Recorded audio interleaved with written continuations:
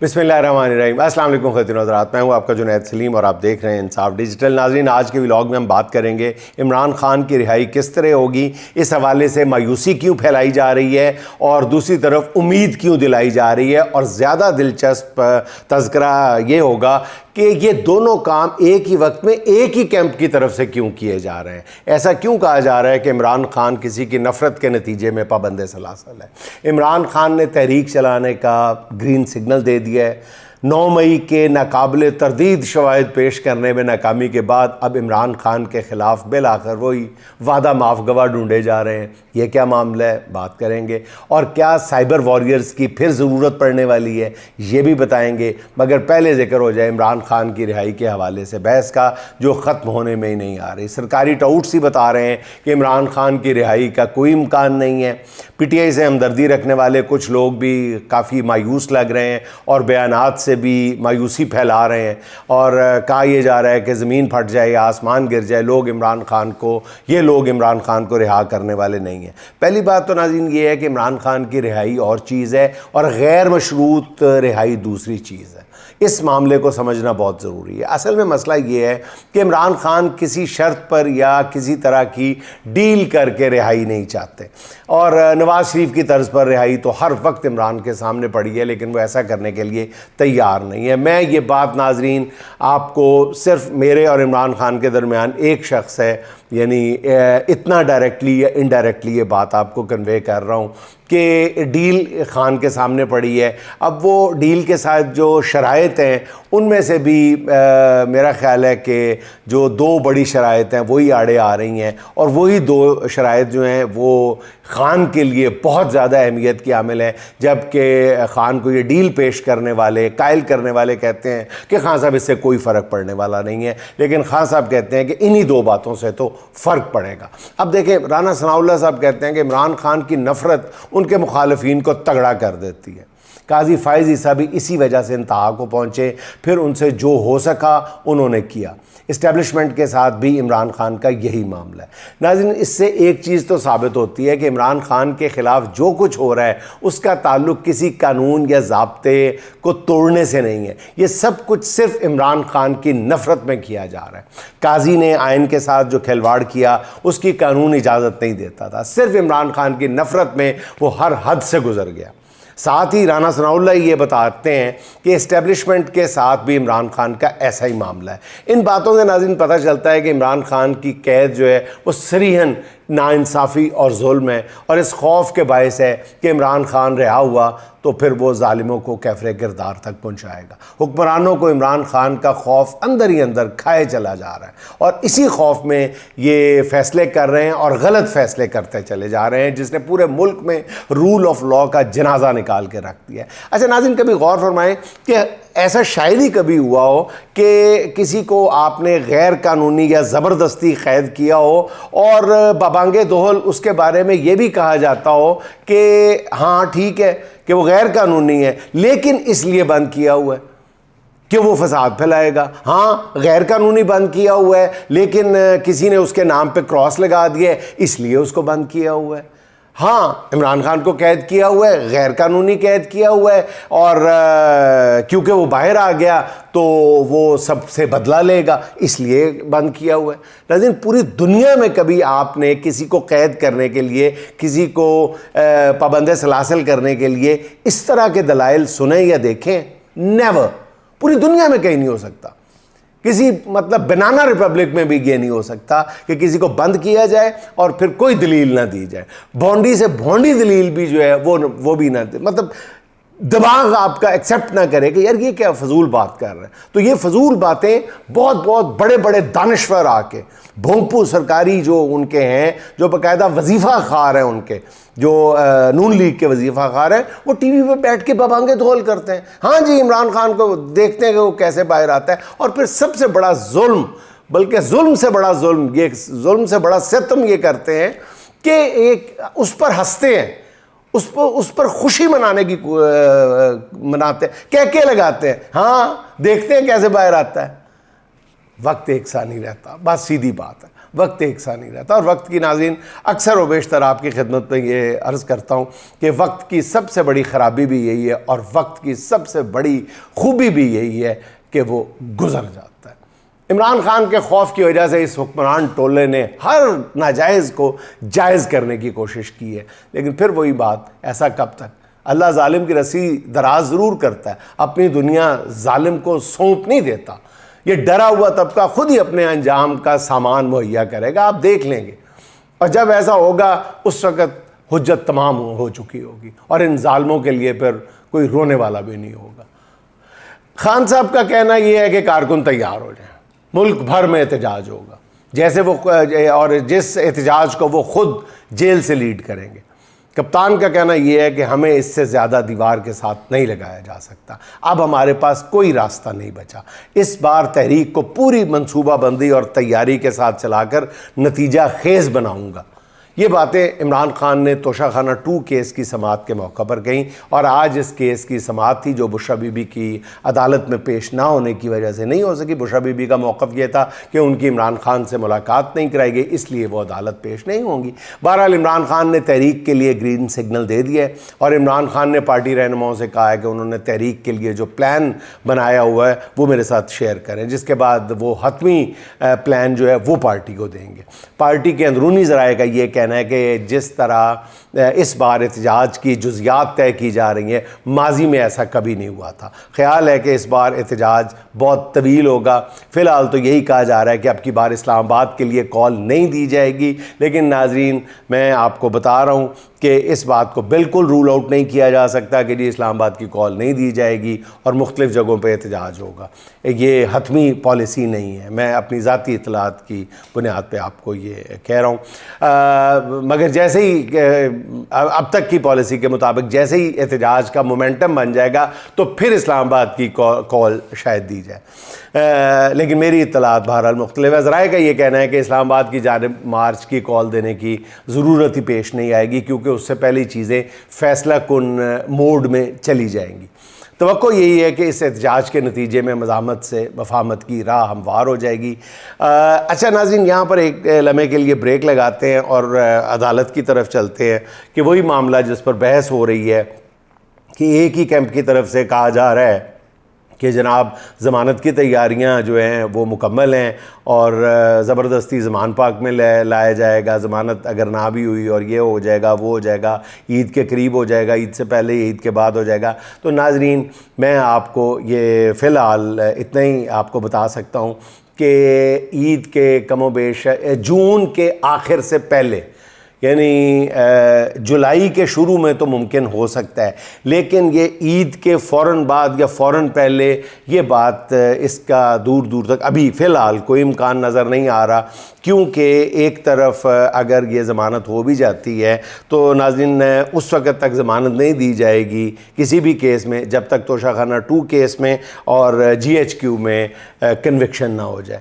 फिर उसके बाद 20-25 दिन के लिए जज साहिबान छुट्टियों पर तशरीफ़ ले जाएंगे, तो वापस आकर भी हफ़्ता, डेढ़ हफ़्ता, 2 हफ़्ते तक जो है वो ज़मानत का इम्कान नज़र नहीं आ रहा। अलबत्ता ये भी इस बात पर बात की जा सकती है कि अगर उन 2 मामलात में से एक मामले पर भी इत्तफ़ाक़ राय हो जाए तो फिर जून के बिल्कुल आखिर में या जुलाई के स्टार्ट में कोई रिलीफ़ मिलने का इम्कान पैदा हो सके।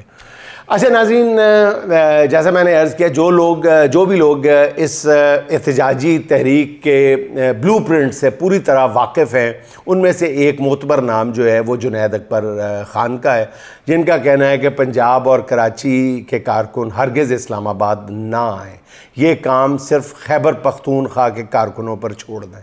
बहुत यकीन के साथ इस बार जुनैद अकबर गुफ्तगू कर रहे हैं। पंजाब और कराची के कारकुन रहनुमा सिर्फ ये काम कर दें कि वो इस्लामाबाद की जानिब मार्च करें तो वो लाहौर और कराची में 10-10 हज़ार कारकुनों के साथ मैदान में खड़े हों, बाकी वो ख़ुद देख लेंगे। जुनैद अकबर के इस बयान से नाज़रीन मतवक्को एहतजाज की शिद्दत का और उसकी हैयत का अंदाज़ा आप बखूबी लगा सकते हैं। पीटीआई ने नाज़रीन अभी तक ना तहरीक चलाने का ऐलान किया है, ना ही बाज़ाब्ता तौर पर एहतजाज की तारीख़ दी है, मगर लकी मरवत के मकामी जरगे ने आज से बाकायदा एहतजाज शुरू कर दिया है। तहरीक इंसाफ का जो एहतजाज है उसकी कॉल से, इस कॉल से कोई ताल्लुक़ नहीं है। ना ही पीटीआई ने अपने कारकुनों को हिदायत की है कि वो इस एहतजाज में शामिल हों, क्योंकि नाज़रीन इसलिए पीटीआई अपने आप को डिस्टेंस भी कर रही है कि वहाँ आज सुबह एक तंजीम के कुछ लोग वहाँ पे दानिस्ता तौर पे आए, या कुछ लोग उसमें साजिश का पहलू भी तलाश कर रहे हैं।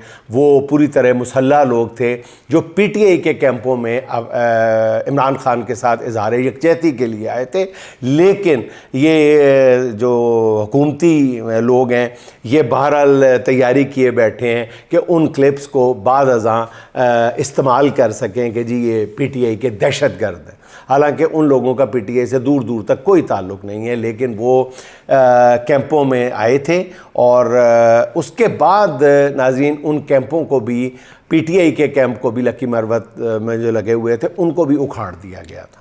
अब देखें आगे क्या होता है। और ना नाज़रीन ये जो लकी मरवत वाला है, ना ही पीटीआई ने अपने कारकुनों को कोई हिदायत की है कि वो इस एहतजाज में शामिल हों।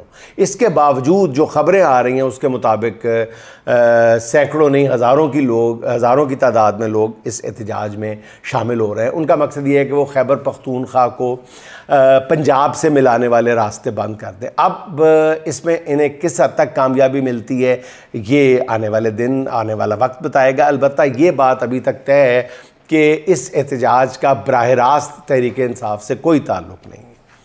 अच्छा नाज़रीन, 9 मई के हवाले से हुकूमत नए जोश के साथ मैदान में उतरी है। राना सनाउल्लाह साहब का कहना है कि अभी तो बहुत मुकदमात हैं, इसलिए इमरान खान 2 से 3 साल तक जेल से बाहर आते नज़र नहीं आते। एफेडरिन मार्का हनीफ अब्बासी साहब का कहना ये है कि इमरान खान के ख़िलाफ़ 9 मई के मुकदमात में वादा माफ़ गवाह आने वाला है, और ये गवाह फ़ौज से भी हो सकता है और सिविलियंस में से भी हो सकता है।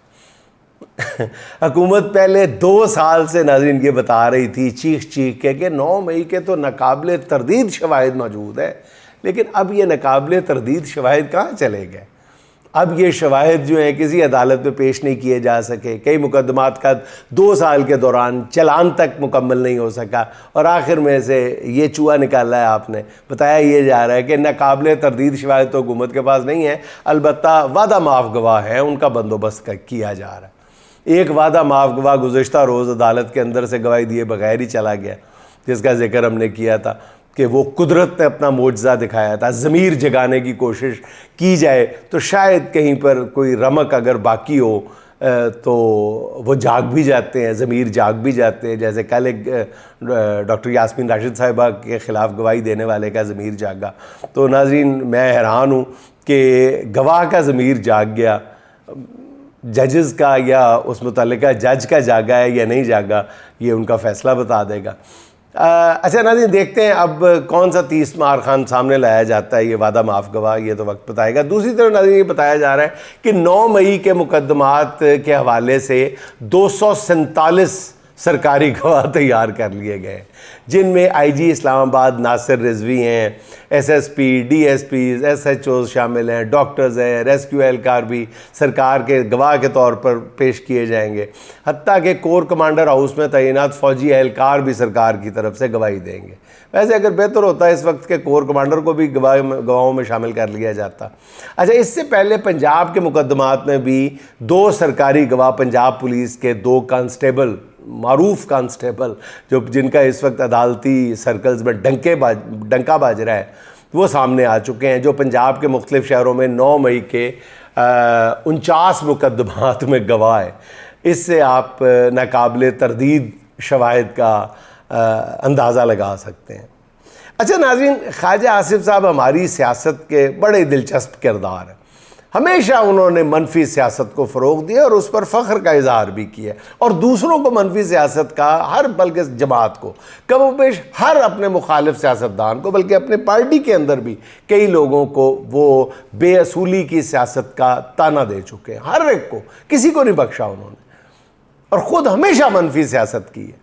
असेंबली में तकरीर करें या टीवी इंटरव्यू दें, हमेशा ऐसी बात की है जो बिलो द बेल्ट होगी, इखलाक से गिरी हुई बात होगी, या फिर ऐसी कमजरफी का इजहार होगा जिसे हमारे माशरे में कभी भी अच्छी नज़र से नहीं देखा जाता। अब ख्वाजा साहब ने इमरान खान को ताना देते हुए कहा है कि इमरान खान पार्लियामेंट लॉजेस में मुफ्त रोटी के लिए बंदे ढूंढा करता था। अगर किसी के 4 मेहमान आ जाते तो ये पहले ही फ़ोन कर देता था कि मेरा खाना साइड पर कर लेना। ये ऐसी नाज़रीन फजूल और कमजरफी वाली बात है जो सिर्फ ख्वाजा आसिफ ही कर सकता है। ये बात करने से पहले ख्वाजा आसिफ साहब आपको अपने गिरेबान में झांक लेना चाहिए था। आपने हमेशा अपना एक, आप उसको कह रहे हैं, इमरान खान को कह रहे हैं कि अपने लिए रोटी के लिए बंदा तलाश करता था, आप अपनी रोटी के लिए हमेशा बंदा तलाश किए रखते हैं। आपका हमेशा एक फ्रंट मैन होता है, खुलकर मैं बात कर रहा हूँ, हमेशा फ्रंट मैन रखा है जो आपकी सियासत का खर्च उठाता है। यही फ्रंट मैन इलेक्शन के दौरान आपके लिए बेदरेग पैसा खर्च करता है। ख्वाजा साहब पूरा सियालकोट जानता है।